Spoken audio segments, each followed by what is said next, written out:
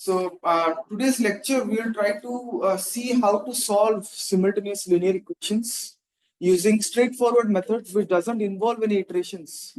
Those are known as Gauss-Jordan method. So we'll see what each of these methods are and how to solve it. You'll be surprised also, like these things we are learning is already internally. Okay.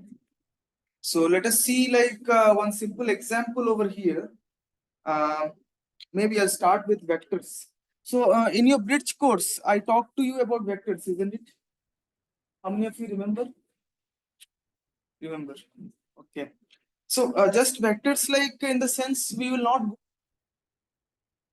basically also we'll see that a vector, suppose it's a two-dimensional vector. Okay, it's a two-dimensional vector. Then how should I represent this? So I should represent it by, like, say it's a two-dimensional vector. So I have x, I have y. Then suppose this vector is, it has a starting point and it has an ending point. This is the starting point and this is the ending point.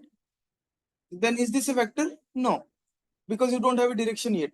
So for that, I am representing a direction to this vector. And what is the, this is the length of that vector. This is the magnitude of that vector and this is the direction. Okay. Usually write, this is I cap and this is j cap. And you say, yeah, this is this is 3 units on the x-axis and 5 units here. Suppose, yeah, this is a complicated example, but anyway, this is say 1, this is say 2. Okay, you can calculate like what is this vector from here in terms of I cap and j cap. Okay, that's the idea. So this is a vector, it has a direction and magnitude. In coding or something like that, you can always express vectors. There are two types of vectors. They are row vectors and column vectors. A row vector, you can see like it's just a matrix. It's a type of matrix. Okay. So row vector in the sense 2, 3, 8. So this is a row vector. This is a row vector. What's the size of this row vector? 1 row and 3 columns. Okay, you can see this is just a 1 row and there are 1, 2, 3 columns over here. Okay, so it's a row vector. Similarly, 4, 5, 9, this is a column vector. This is a column vector. And what's the size of this? Yes, there are 3 rows and there is just 1 column. So usually we write rows multiplied by the columns to denote the size. Row times, that is the x, into the columns. Okay, so what's the number of rows here? 3. Then there you place an x, and what are the number of columns? 1. So it's a 3 cross 1. But these two are also known, also referred to as matrices. Okay. If you see, this is a matrix also. This is a matrix also. This is a 1 cross 3 matrix. Matrix with 1 row, 3 columns. This is also a matrix. This is a 3 row. Okay. So, but these are special in the sense that these are just like one liner, not two liners. Since this is one liner, we reserve a special name known as vectors. Okay. But this, you can't call it a vector. This is a matrix. Okay. So row vector is a special kind of matrix. Okay. Where you have either one row or one column. If you have one row, you have, it is known as row vector. If you have one column, it is known as the column vector. And of course, you have this element 5, singleton. Then this is just a number. It's a 1 cross 1 matrix. So yeah, that's the idea. And slowly we went a bit far and we discovered what is tensor from this thing. Okay. All right. So you already know about sets, isn't it? Sets. Set. So it is a well-defined collection of objects. So suppose we will not discuss sets, but it is useful to introduce a definition. So let us consider a set. Let's consider a set and S is usually represented in capital letters. Set S, and you have elements S1, S2, S3, so on. Okay. So maybe it is better to write as n elements. Now you have all these elements. The query is how one vector, like how one element is linearly dependent or linearly independent. We introduce this concept in this class. Okay, so this is not useful to you in numerical methods, but first I will tell you the numerical methods, and then I'll slowly come back, and you will appreciate it that yes, through this analogy also it is possible to have the same interpretation. Okay, all right. So what is a linear combination of S? What is a linear combination of S? So linear combination of S. So just remind yourself about this. How many of you know about this linear combination of S? Linear combination of S. Okay. Linear combination of S is nothing but just use your common sense. It's just the linear combination of your matrix elements, or sorry, of your set elements of the set. What are the elements of the set? S1, S2 up to Sn, and you just take the linear of it. What is linear combination? Linearly combine. You linearly combine. How you linearly combine? One best idea would be to just use this. This is just linearly combining, isn't it? How many of you agree that this is linearly combining? But this is not linearly combining because there are some quadratic terms. Okay. So linear combination is important. Okay. You'll see that in linear algebra, everything works with a linear fashion, and it is the bread and butter of anything you do in computational science. Okay. So anything non-linear also you can boil it down to something linear and solve it. That's the like the very nice thing about linear algebra. So this is just one combination of it. But can you think that this is also a linear combination?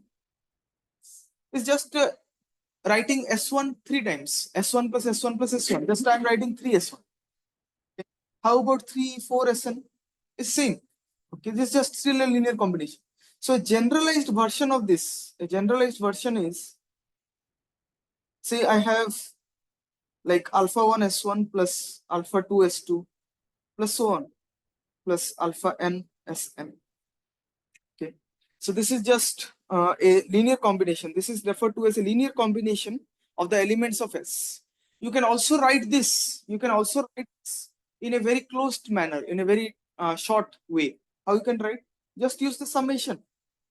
Alpha I Si, I is going from 1 to n. This summation is just taking the additions of all the terms. Okay with all? Hmm? So yeah, let me just do this.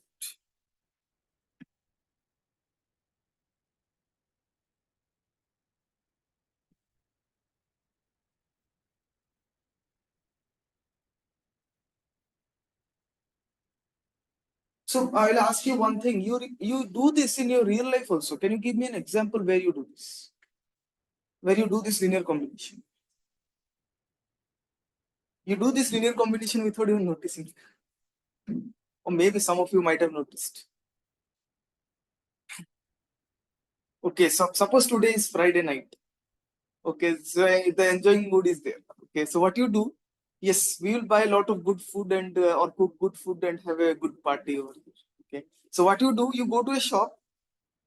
Okay, you go to a shop and what you buy? You buy say tomatoes. You buy say chicken. You buy say what else you will buy? Huh? Huh? Masala. Okay. Anything else? Some batter sauce. Okay. Yeah, this is fine. Or maybe say rice also to make biryani. All right. So these are the things. Okay. And you have each prices. What is tomato cost? I think 20 rupees half. Or then what is chicken? I don't know. 60, 160. Masala, 60. Chicken masala is very. Then D. D is for dosa pav. Yeah, that is around 45. R is rice, 70. Something like that. Okay. So what you do? Your final bill, where you go to the counter, where you go to the counter, what he will ask? He already has a automated system in his computer. Okay, what he does is just types the like which product is it, and it automatically shows him the amount. And then that's not it. He will also see how much quantity you have brought. Say 2 kgs. So what he does, so chicken is suppose 2 kgs, rice is suppose 1 kg, and this is say one maybe 4 pieces. Okay. So what you do? So this is just a linear combination to calculate the total price. To calculate the total price, it will do 2 into 20 plus 2 into 160 is 4 into 160 again plus 45 plus 70 into 1. So this is the total price. This everything he doesn't need to calculate nowadays on the calculator. He already has it fed inside the machine and just types it. Bill is automatically generated. So here it is doing linear combination. You can see. Okay. So the number of products into price of each product, and different products sum it over. So you get the total amount. So one very nice example of linear combination. Hmm? Okay. Next we'll see something like what it is meant for a set to be linearly independent. Now what it is meant by this S to be linearly independent. Okay. So this is the set S, you already know. Set S is just this collection of elements. Set S is linearly independent. Okay. Then what? Then any ideas? Just use the common sense. What happens if I ask linearly independent? You can think of like what happens if it is linearly dependent. I'll just give you 1 minute to put your common sense a bit, and then I'll reveal this.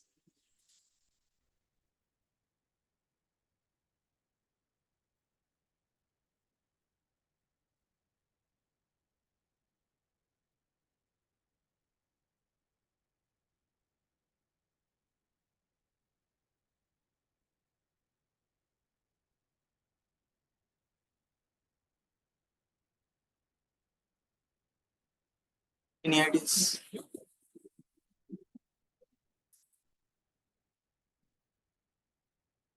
Okay. So set S is linearly independent if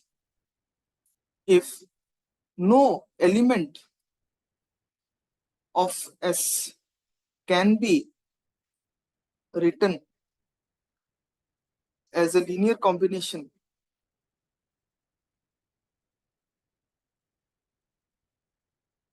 of the elements of S. What does it mean? That means suppose can you pick me a set element from your side? Anyone?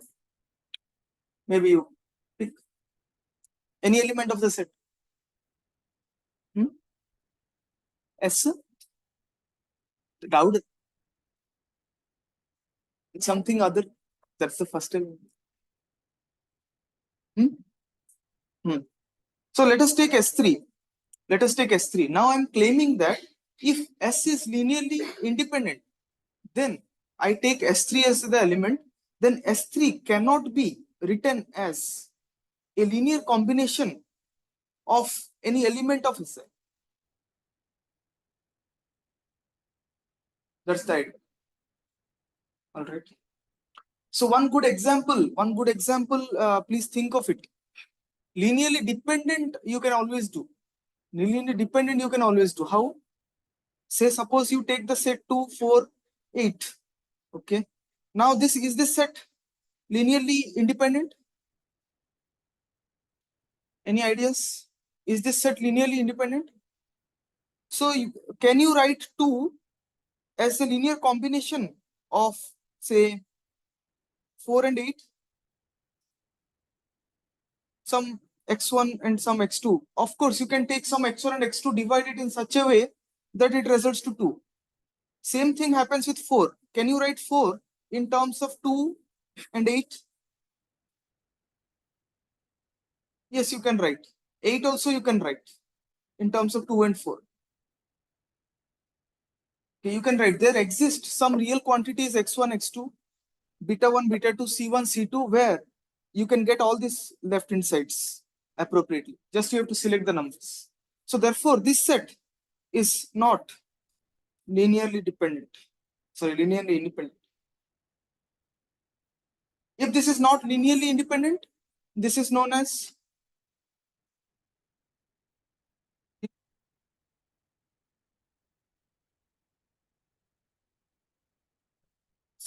all right. So let us do an example. Let us do an example. So determine by inspection whether the following set of vectors is linearly. So V, W, and U are row vectors. Are row vectors. So I am asking, are these vectors linearly dependent or linearly independent? That means what you have to do is, can you write any vector as a linear component?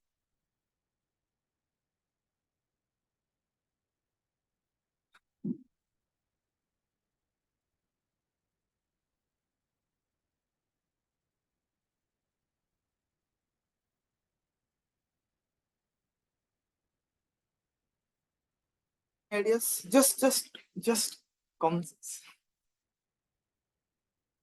So therefore, I always tell you, when you are doing solving something, or when where some logic is needed from your side, don't just straightforwardly go to your notebooks.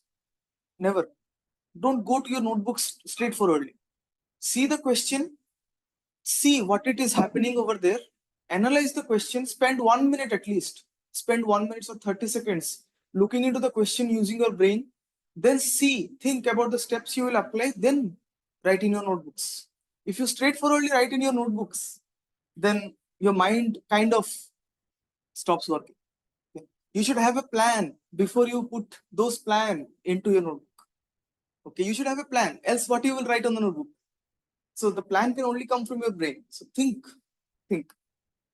I'm asking, is this linearly independent or linearly dependent? Why?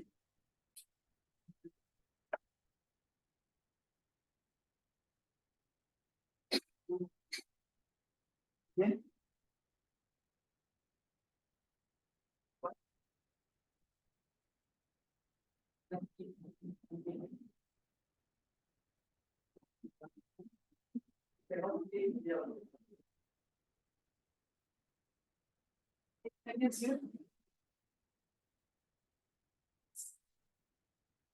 Yes.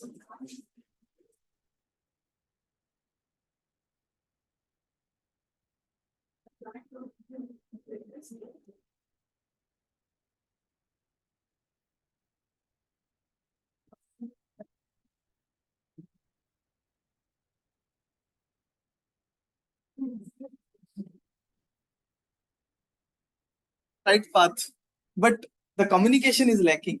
Okay, how to communicate this? Scientific communication. Okay, so how communicate? So he explained very nicely, just one liner. Okay, because he just, did you write anything on your? He did not write anything. Okay, so that's what I'm telling you. So before, if a question is being given or if something is being asked, see and utilize your brain a bit, think a bit, then execute a plan and then write in your notes. Don't straightforwardly randomly write. Yeah.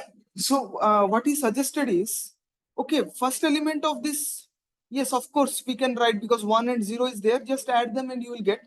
But if you see the second element, okay, 1, suppose V, let us take the V. Our aim is to write V in terms of W and U. Write V in terms of W and U. Okay, can you do it? First element, of course, 1 is there, 0 is there. If you simply add, 1 is coming.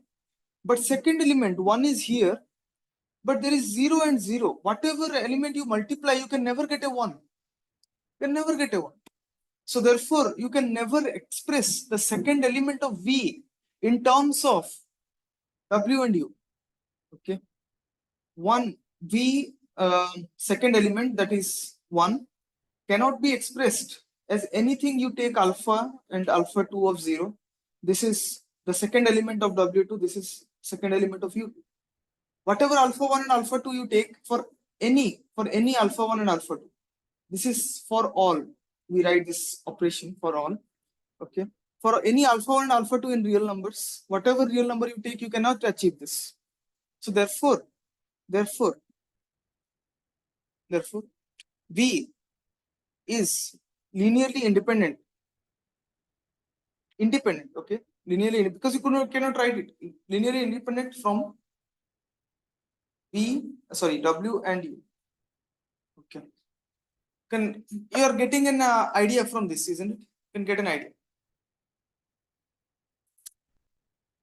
All right. So I think many of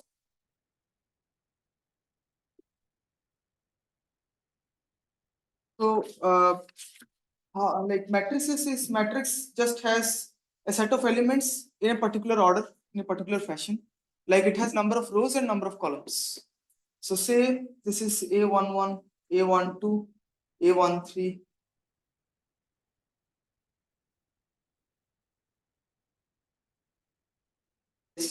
So this is how many rows?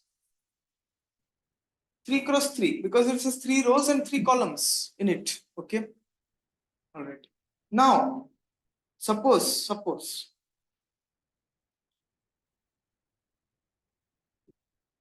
right. So how it will change? The number of rows has reduced by 1, but the number of columns is still the same. So here only this will change. Okay. So 2 rows and 3 columns. Now I want to multiply this matrix with another matrix. Okay. Can you tell me what kind of matrices it can be multiplied to?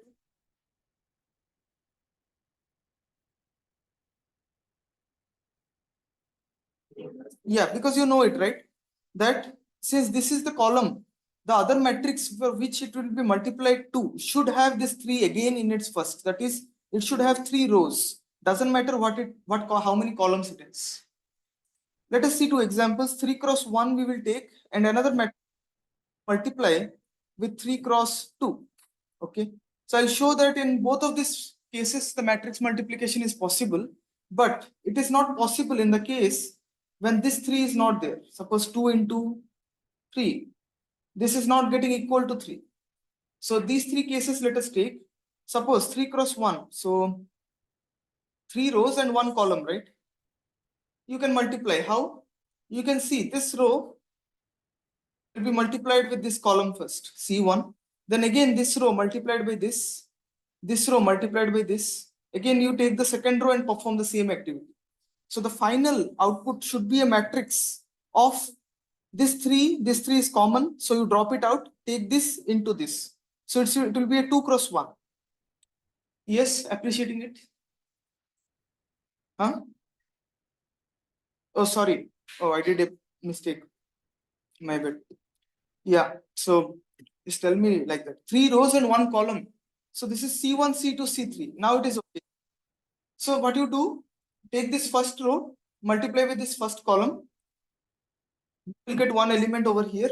Again, take the same row, the next row, and multiply it here. So you'll get another element here. So it's 2 cross 1. Okay.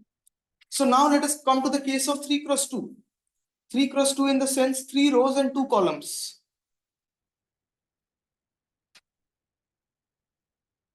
It is satisfies 3 rows and 2 columns. Same thing you need to do, take this row and multiply with this column. Okay. And what should be the size of this matrix? 3 common, 2 cross 2. Now let us look into this case, 2 cross 3. 2 cross 3 means 2 rows, 3 columns. G2, F3, G2, G3. Okay. What you do here, is this possible? Let us see. You take this row, multiply it here. Can you multiply? No, because you can multiply this element with this element with this, but this element is missing out. This whom you should multiply it to. There is nothing here. So therefore, this is not possible. Right? So this is what is a basic thing you need to understand. Hmm?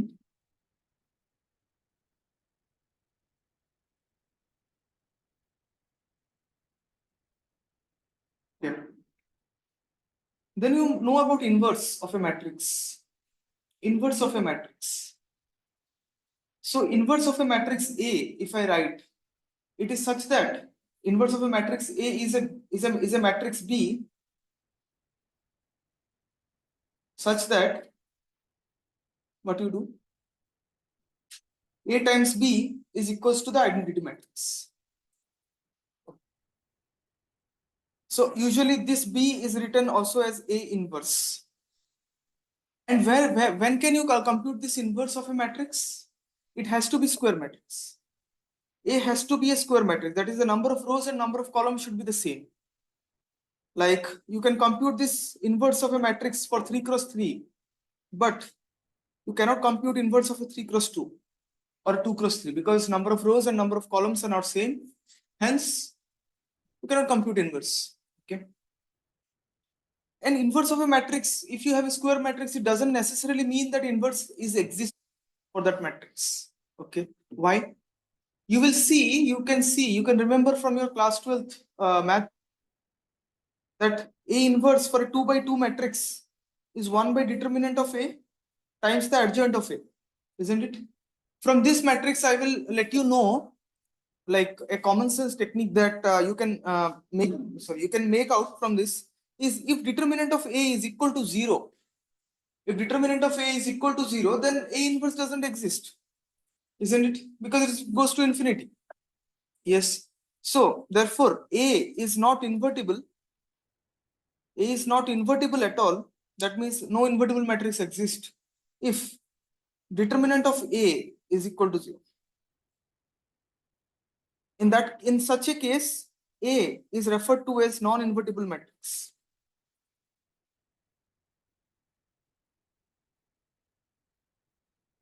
Fine with you? Okay. So sometimes these are known as singular matrices also. There is another word for it. So if determinant of A is equals to 0, okay, or even very close to 0, like 0.0001, okay. So close to 0. These are known as singular matrices. These are also known as singular matrix. Why we are learning about this is because when we will be dealing with systems of simultaneous system of linear equation, you have to write your equations in this form, in matrix form. Okay, you will see how you can write this in matrix form, and therefore the properties of matrix is important in that case. Okay, so this gives rise to something known as ill-conditioned matrix. Okay. What happens here? So a matrix that is close to being singular, that means your determinant is close to 0, okay, is called ill-conditioned. Then the normal places where you apply the technique to get solutions reduces. Okay. So definitely ill-conditioned matrices can have the inverse because they are close to 0, might not be equal to 0. If they're equal to 0, you cannot have the inverse. Okay.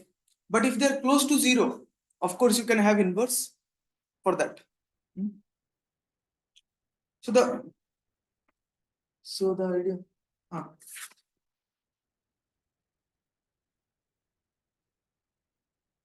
the idea is like the idea is similar to your number system. The idea is similar to your number system. You know, when you are dividing by 1 by 0.0001, it is problematic, isn't it? Because this is slowly, as the number decreases in your denominator, this number slowly tends to infinity. In the same way, for a matrix, determinant of A equal to 0 will create the same problem. And I have given you a intuition why is that the case, because you are doing the same thing. You are dividing the determinant by the 1 by the determinant. Okay, so you can appreciate where it is coming from. So the condition, there is something known as a condition number of a matrix. Okay, condition number of a matrix, and condition number will tell the matrix A how ill conditioned the matrix is. Okay, so it's a measure of how ill conditioned the matrix is. Okay, that's the idea. So how you compute this?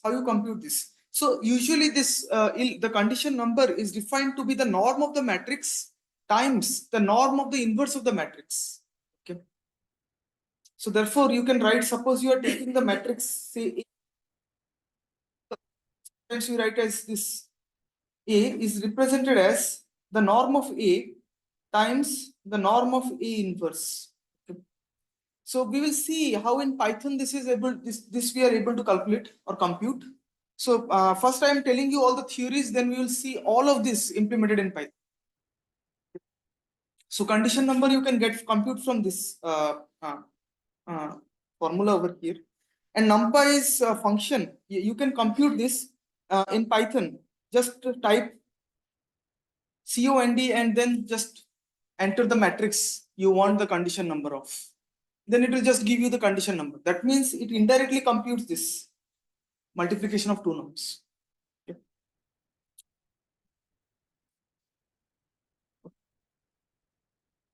So this I just told you for some knowledge, but let us not dive too much into this. Python soon. The rank of a matrix, there is something also known as where you can just see the system of linear equation and see whether it has zero solutions, one solution, or infinitely many. Can you see that I told you in the bridge course that two simultaneous equation can have no solutions? Agree, all of you? If the two curves don't intersect, then it doesn't have solution. So no solution case is done. If they intersect into one common point, then they have only one solution or a unique solution. Now, if they are very close to each other, I will show you one case over here. So you can see from this graph that first case, they don't have any solution. A doesn't have any solution at all. B, how many solution B has? How many solution B has? Any point you take on the line will satisfy that equation. So therefore it has infinitely many. It's just that the two equations are written in a different way. Okay. The two equations are written just in a different way. But the slopes and the coincidence are all equal. Okay. Now you see the case C. You can see, can you find the point where it is intersecting? It is very hard to find because these two lines are close to each other. Okay. So such kind of lines you can see. So you can see figure B depicts the case where the two lines are coincident. For such situations, there is an infinite number of solutions, which we discussed just now. Now, both types of systems are said to be singular. Okay, in addition, systems that are very close to being singular, that is figure C, can also cause your problems. Okay. Because here you cannot find, because to me, this point also looks that it is intersecting. This also looks this. Which one will you take? Okay. So therefore, these are something known as ill-conditioned. So these are very good solutions of ill-conditioned systems. This is a very good example of an ill-conditioned system. Okay. And if you compute the determinant of this matrix, it will be close to zero. Okay. It will be close to zero. You can always see because these are almost parallel to each other, isn't it? Therefore, you are not able to find the intersection point quite easily. The slopes are quite similar, equal, but they're not the same. Not the same, but very close to each other. Okay. So this brings us down to consider, you will see why we discussed matrices for the first 20 minutes of this class. Okay. So suppose your task is to compute the solution to this simultaneous system of linear equations. Okay. So this I have written over here. You can see this x1, x2, x3, you can regard it as vegetables in your groceries, which I just told. And this is your total price, isn't it? So if you say, I have 1000 rupees and today is my happy day, so I want to spend all of my 1000 rupees. Okay, I don't want to leave any money unturned. Okay? So give me all the groceries such that it is 1000. Sometimes you do like that, right? If 10 rupees also you see that it is remaining, you say, Lays packet, 10 rupees. So that's how you do it, isn't it? So same thing to motivate you. Sometimes in real situations, in your exam situations, of course, you get these kind of equations where you can easily, very nice and looking equations. You just have two curves, whether they intersect or not in two dimensions. Very nice, very nice. You can easily plot it and compute it. But if you are in a real situation, for example, the transportation problem in linear programming, if you go to optimization and all, you will have a lot of different equations, lot of different constraints. So you can see at this time, for every day, 30 days, this time at 10 a.m., I want to monitor the traffic. So how many vehicles are ingoing, how many vehicles are outgoing? And is there a traffic jam because is there a pedestrian walking? Are there animals on the street? All these factors can contribute to the traffic. So these variables which can cause traffic can be represented as these xi's.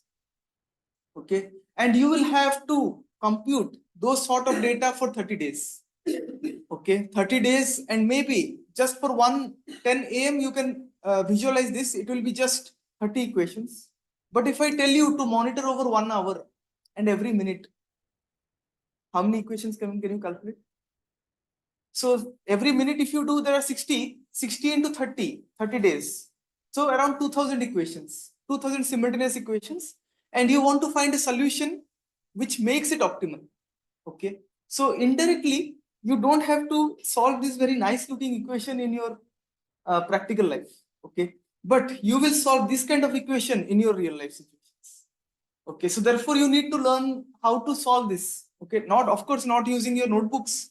Okay. But using Python, how you solve. So this is a motivation I wanted you to start with. So this is known as a system of linear equations.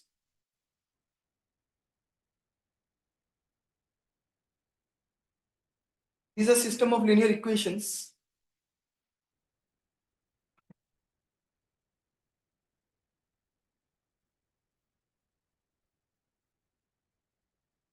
This is readable by the last bench, isn't it? Readable. So these are system of linear equations. So this is the solution basically. Like this is the equations you have. How many unknowns you have? X1s are the unknowns. Okay. So how many? So through this you will know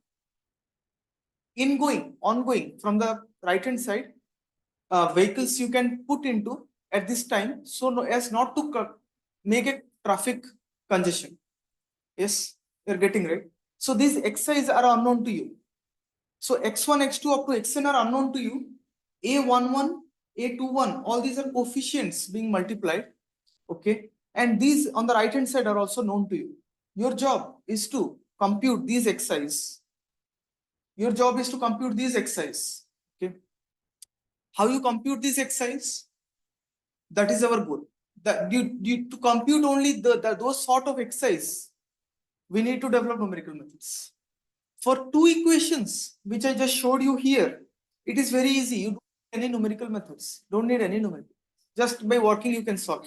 But if your n is big, then you have a problem. If n is big, you have a problem. You need to develop numerical methods. That's what I'm motivating you. Why we are developing numerical methods in this class. Okay. So see how you can write this equation 1, the big equation 1, into equation 2. So equation 1, I have just boiled it down. To equation 2. How?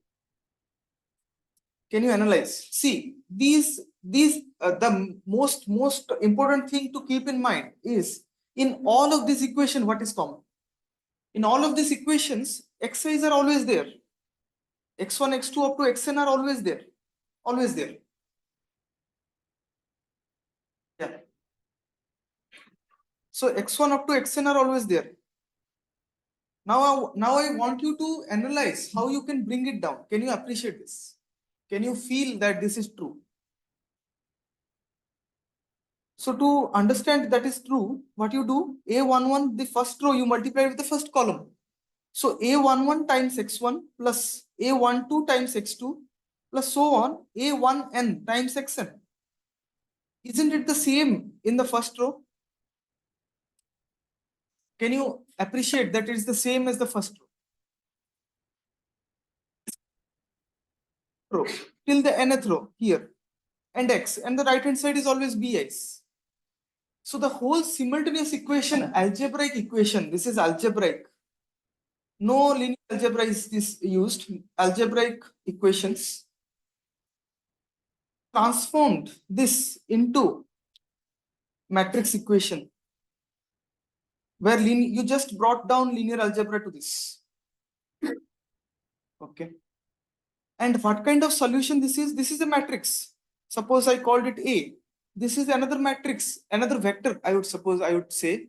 Suppose I will say X. And this is another vector. Suppose I would say B. Okay. Then you can see the ultimate aim is to solve Ax equals to B. The ultimate aim is to solve Ax equal to B, solve, and what you will solve for? Solve for X. Okay. Got the idea behind this? Now, okay.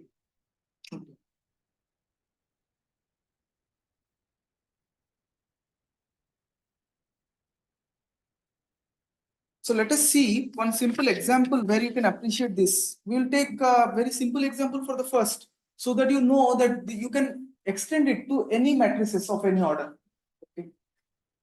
So simple equation, can you solve 3x plus 2y equals to 5 and 4x plus 5y equals to 9? Not just randomly, not randomly.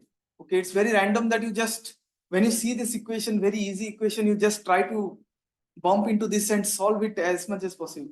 But I am telling you, follow the steps. Okay, follow the steps.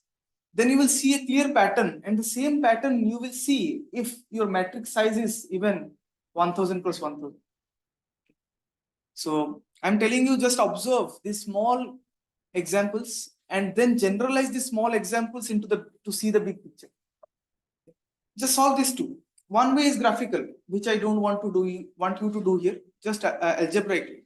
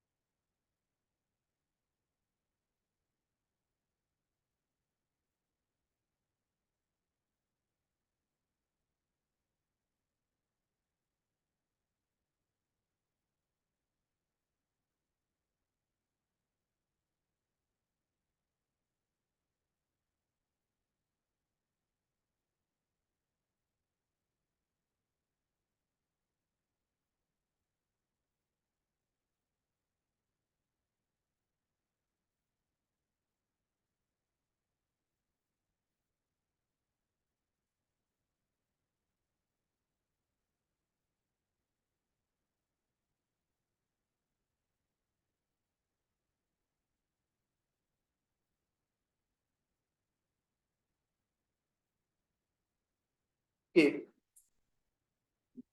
Okay, let us discuss. I will do it in a very simplified way. Okay.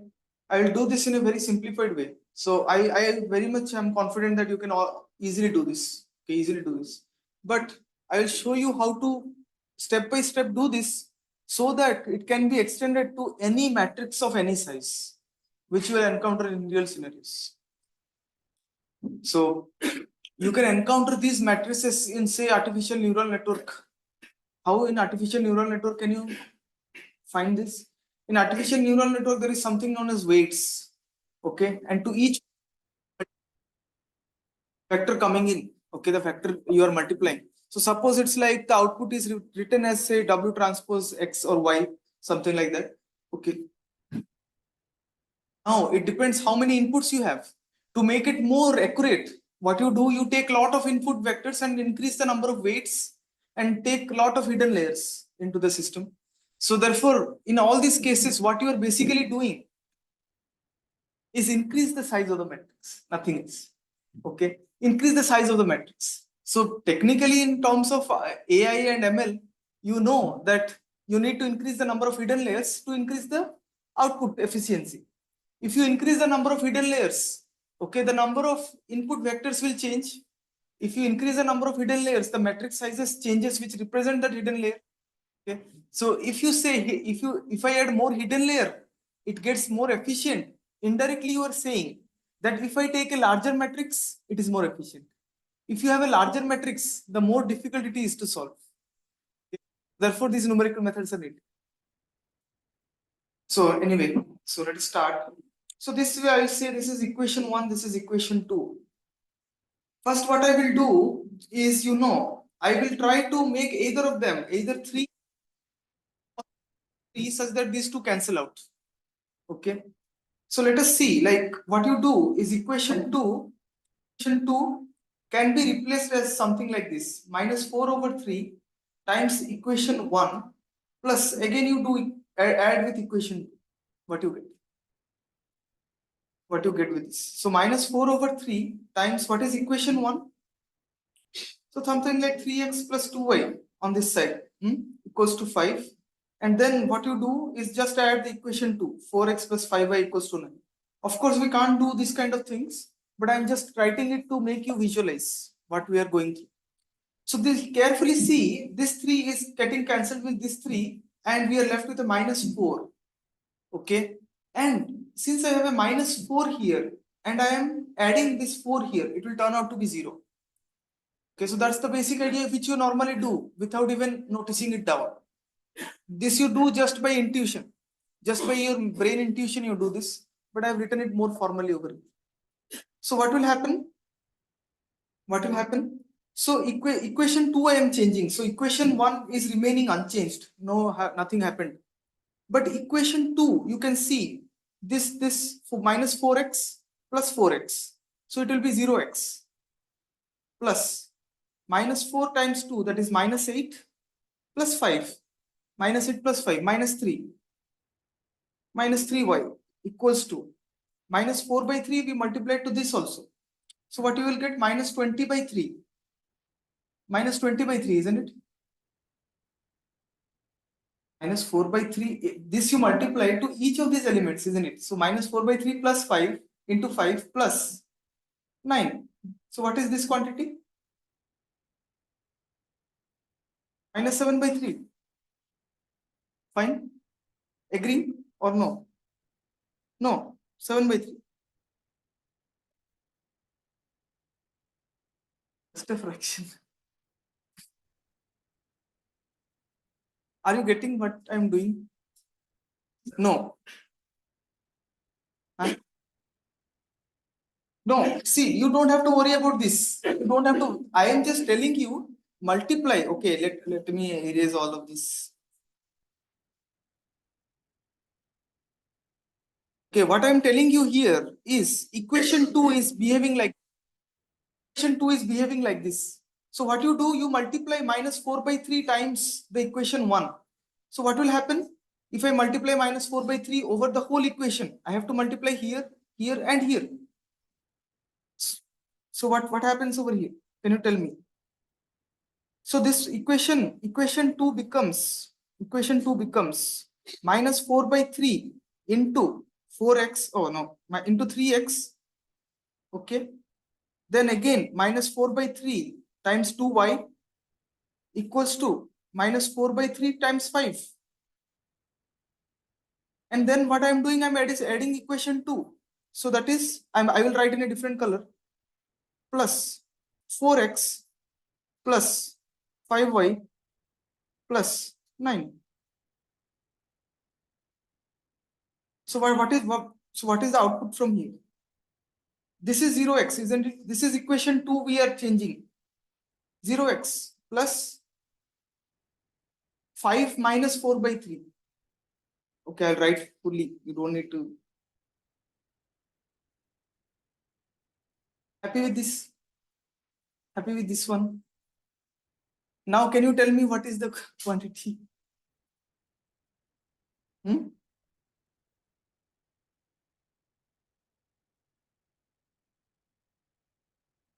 Yeah, then?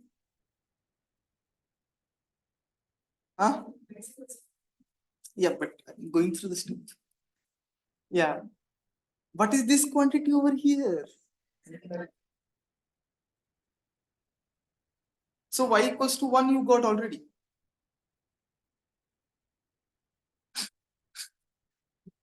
So see, the why I have written in such a way is I am trying to make you understand that you are writing a linear combination of equation 1 and equation 2. The same thing I wanted you to know. Just to use your brain and just find the solution. If I tell you find the solution, within 1 minute you can find the solution. But if I show you in this process, it is becoming hard. Okay.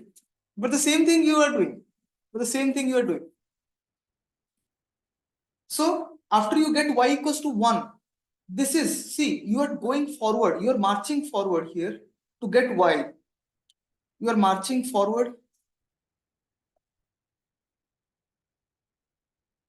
to obtain y, isn't it? To obtain the value of y. Agree with this? So therefore, through this, since you are marching forward, this is known as forward elimination. And you eliminated x in this process. You eliminated x in this process. Hence, it is known, and you are marching forward. Hence, this is known as forward elimination. Okay. Now I will tell you one thing. After you obtain this y, how you can get x? Can you march forward and get x? Can you march forward and get x? No, nothing is there. Y equals to 1. That's it. That's a roadblock. End. That's the end. So how you do? How you get again the x? You have to go back. You have to go back. Go back. Equation 1. Go back to equation 1. So in equation 1, what you do? You substitute. You substitute the value of y, that is 3x plus 2 into 1, which is the value of y equals to 5. So x equals to,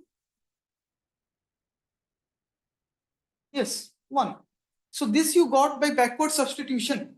So this process in red dots is backward substitution. So after backward substitution, you got another value of x, like another variable, value of another variable, that is x. So to solve this just simultaneous equation here, you use two methods. That is forward elimination. That is the first step, forward elimination, the first step. Then you used backward substitution.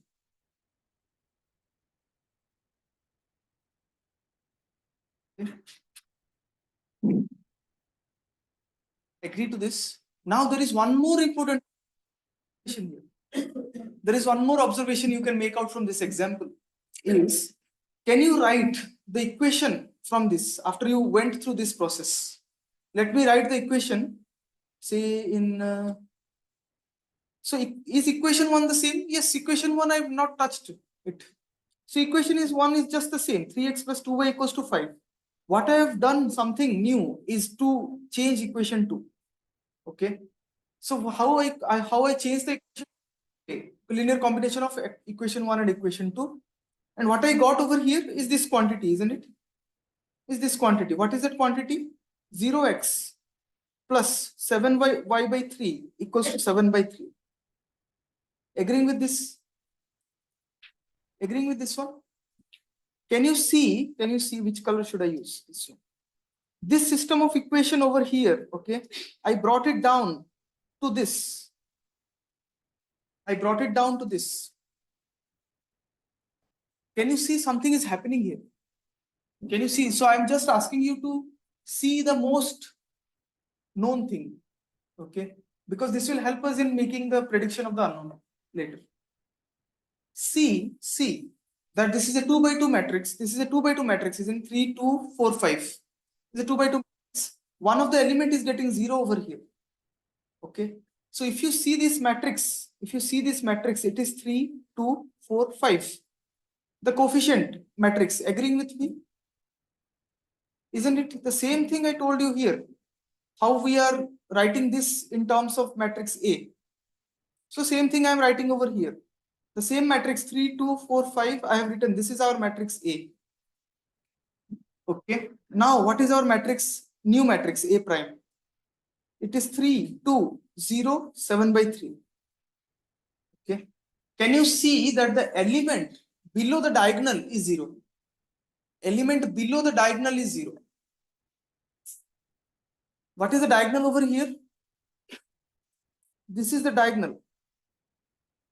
Diagonal below the diagonal means 0 element. That is 0. Okay. What is this kind of matrix known as? Hmm? Hmm? Are you sure? Are you sure? Yeah. So you can see here that lot of processes are undergoing here. Like you can see, we are doing forward elimination, then we are doing the backward substitution, then we got the solution. Okay, that is the first thing. And another thing is, when we are doing this operation, you are converting into a special matrix. Okay, you are converting this to a special matrix, that is the upper triangular. Okay, can you see this? If you take 3 by 3, then you will again come across this in the same way to a upper triangular matrix. Okay, you can see, you can appreciate better that in this method, it makes it eliminates one of the unknowns so as to solve one remaining, substitute that unknown back to the first equation, that is through backward substitution, and get the solution back. Okay, so these two steps, forward and elimination and backward substitution, what we have done right now is nothing but known as the Gauss elimination method. So you are doing Gauss elimination method without actually knowing that this is Gauss elimination. For a 2 by 2, for a 3 by 3, it might get difficult, but I'm just making you understand that how it is working. Even for a 2 by 2 matrix, to make you understand this concept, I took the simplest example of a 2 by 2 matrix so that you can see the working, which is the easiest example we can take. And then what I did, I showed you the process step by step, how to get to the solution. First we marched forward, then we marched backward. Okay. So let me write. So this is one of the important takeaway from this in the star. Then another star is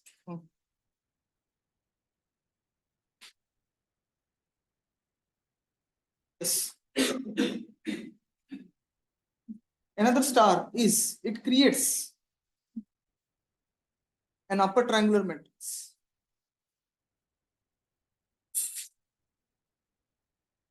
This you can carefully remember about this method.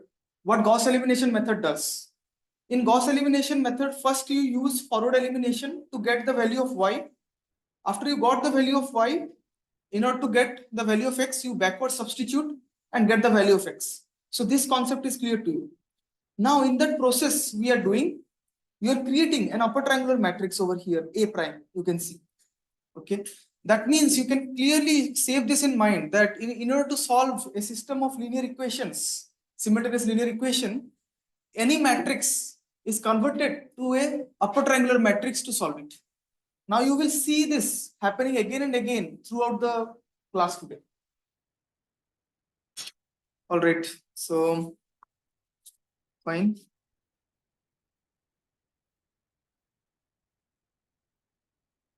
So there are some detailed investigations which I don't think I should cover it in this class. I will wait for you to understand the whole concept.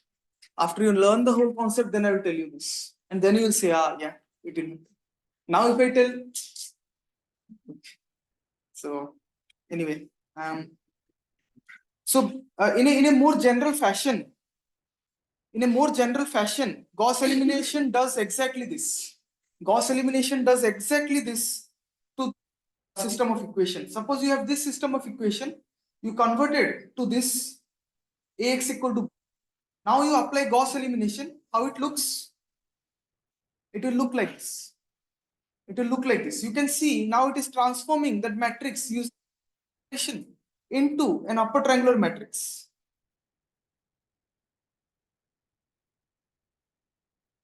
An upper triangular matrix. Why I have written all these primes? All these primes, this is new because there will be some changes in the value. Okay, so I'm denoting it by a prime, a new variable. Of course, your right hand sides will change. Your right hand side B1, B2, B3, sorry, B1, B2, B3, B4, all will change. So I have put a prime. Of course, your solution will not change. Therefore, it still stays the same. X1, X2, and X3, X2. So you can see that if you do in that way, so you should ask me why upper triangular matrix is so famous in this. Why not lower triangular? Upper triangular is famous because you can see if you do the upper triangular, the last element, you just have one constant, one unknown, and one variable on the right. So you can easily get this, easily obtain this one, isn't it? Once you obtain x4, again, you did by forward marching. Now all you have to do is backward substitution. You got x4. What you do? Go back and use x4 in other cases. Like for this example, like these elements are there where you need the knowledge of x4. Okay, so you can apply. I hope you get some ideas what I'm doing here. Are you getting some ideas or no? Yeah. So basically, this is the idea behind. See, previously all of these were filled. All of these were filled. So you cannot compute. You are stuck. If you make in such a way that all are zeros over here, all are zeros, 0 plus 0 plus 0 plus this, then you can compute x4 from this, which you were previously not able to do. Once you get x4, go back, substitute x4 here, get x3. Once you get x3 and x4, go back to the equation 2, substitute over here, get x2. Okay, since you got x2, x3, and x4, go back again to the first equation, substitute them, backward substitute them, compute x1. So this is a very nice way of doing things which you how to do without knowing the step. Okay, I hope you are getting the idea behind this.